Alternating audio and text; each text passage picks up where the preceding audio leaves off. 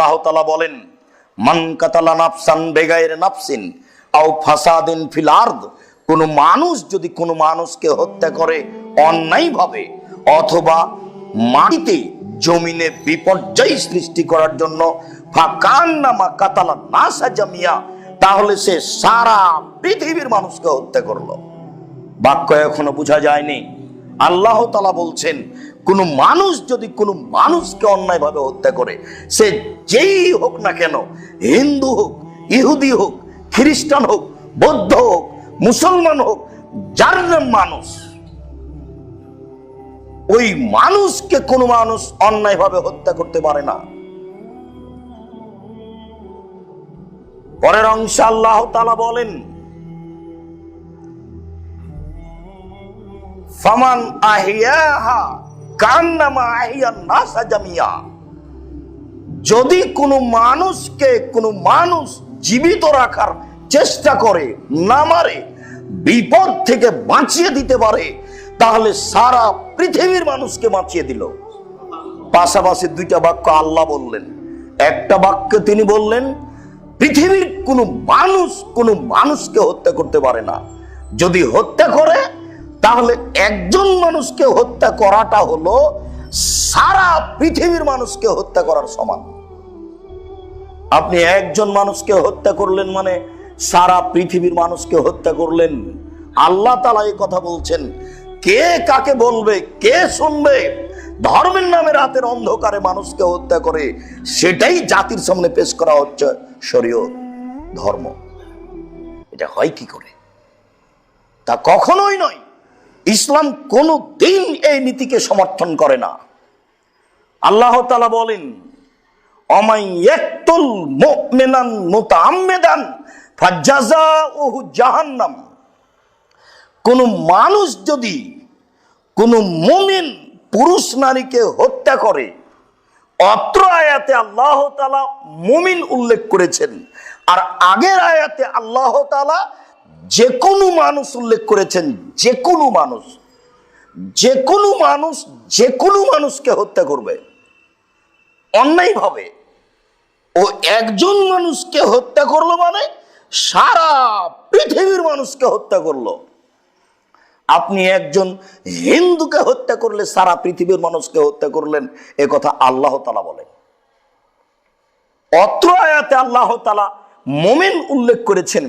কোন মানুষ যদি কোন মুমিন পুরুষ নারীকে জেনে শুনে হত্যা করে, ঈমানদার পুরুষ নারীকে জেনে শুনে হত্যা করে, ফাজাযাউহু জাহান্নাম, তার ফলাফল জাহান্নাম।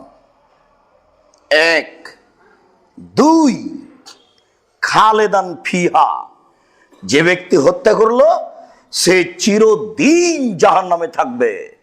তিন, ওয়া গাযিবাল্লাহু আলাইহি, আল্লাহ তার উপরে রাগান্বিত হয়েছেন। চার, ওয়া লানাহু, আল্লাহ তাআলা তার উপরে অভিশাপ করেছেন।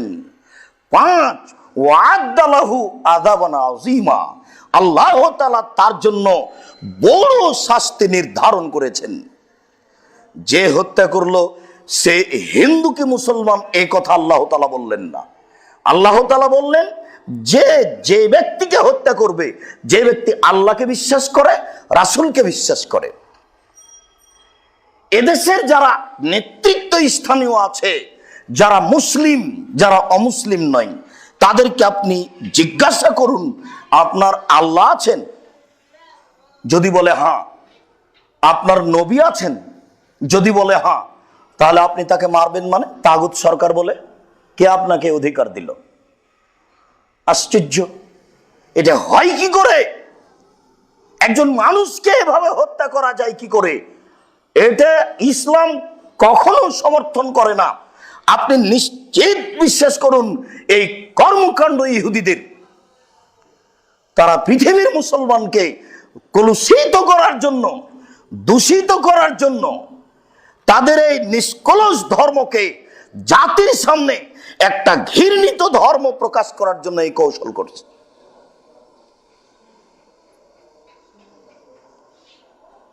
আবু হুরায়রা রাদিয়াল্লাহু তাআলা আনহু বলেন, রাসূল সাল্লাল্লাহু আলাইহি ওয়াসাল্লাম বলেছেন, লা জাওয়ালুদ দুনিয়া আহওয়ানু আলাল্লাহি মিন কাতলি রাজুলিন মুসলিম, সারা পৃথিবী ধ্বংস হয়ে যাওয়া আল্লাহর কাছে সহজ একজন মুসলিম পুরুষ নারীকে হত্যা করার চেয়ে।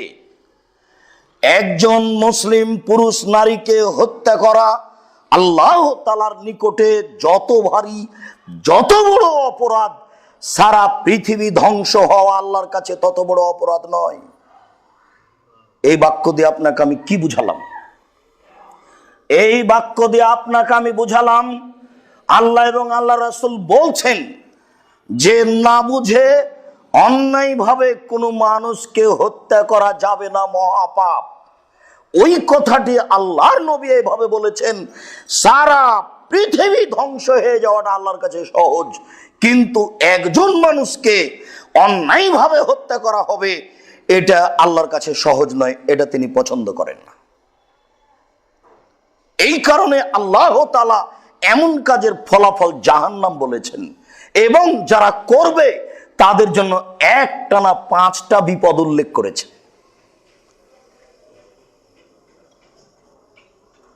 আনাস রাদিয়াল্লাহু তাআলা আনহু বলেন, রাসূল সাল্লাল্লাহু আলাইহি ওয়াসাল্লাম বলেছেন,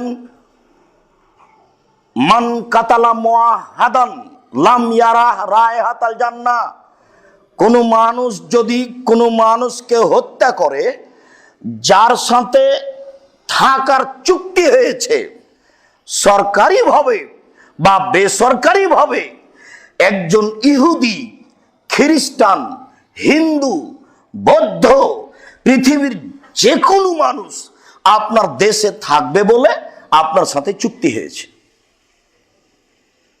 আপনি যদি তাকে হত্যা করেন, আল্লাহর নবী বলছেন আপনি জান্নাতের গন্ধ পাবেন না। আপনার কাজটা কত বড় হারাম! লাম ইয়ারাহ রায়হাতাল জান্নাহ, ও জান্নাতের গন্ধ পাবে না। ফাইনার রিহাহা লা ইউজাদু মিন মাসিরাতে 40 খারিফান, যে জান্নাতের গন্ধ পাওয়া যায় 40 বছরের পর থেকে, যে জান্নাতের গন্ধ পাওয়া যায় 40 বছরের পর থেকে, আপনার এই অন্যায়ের কারণে যার সাথে চুক্তি হয়েছে আপনি তাকে থাকতে দিবেন, তাকে আপনি মারলেন কেন? অমুসলিমকে যদি এভাবে মারা না যায়, তাহলে একজন মুসলিম একজন মুসলিমকে কিভাবে হত্যা করতে পারে?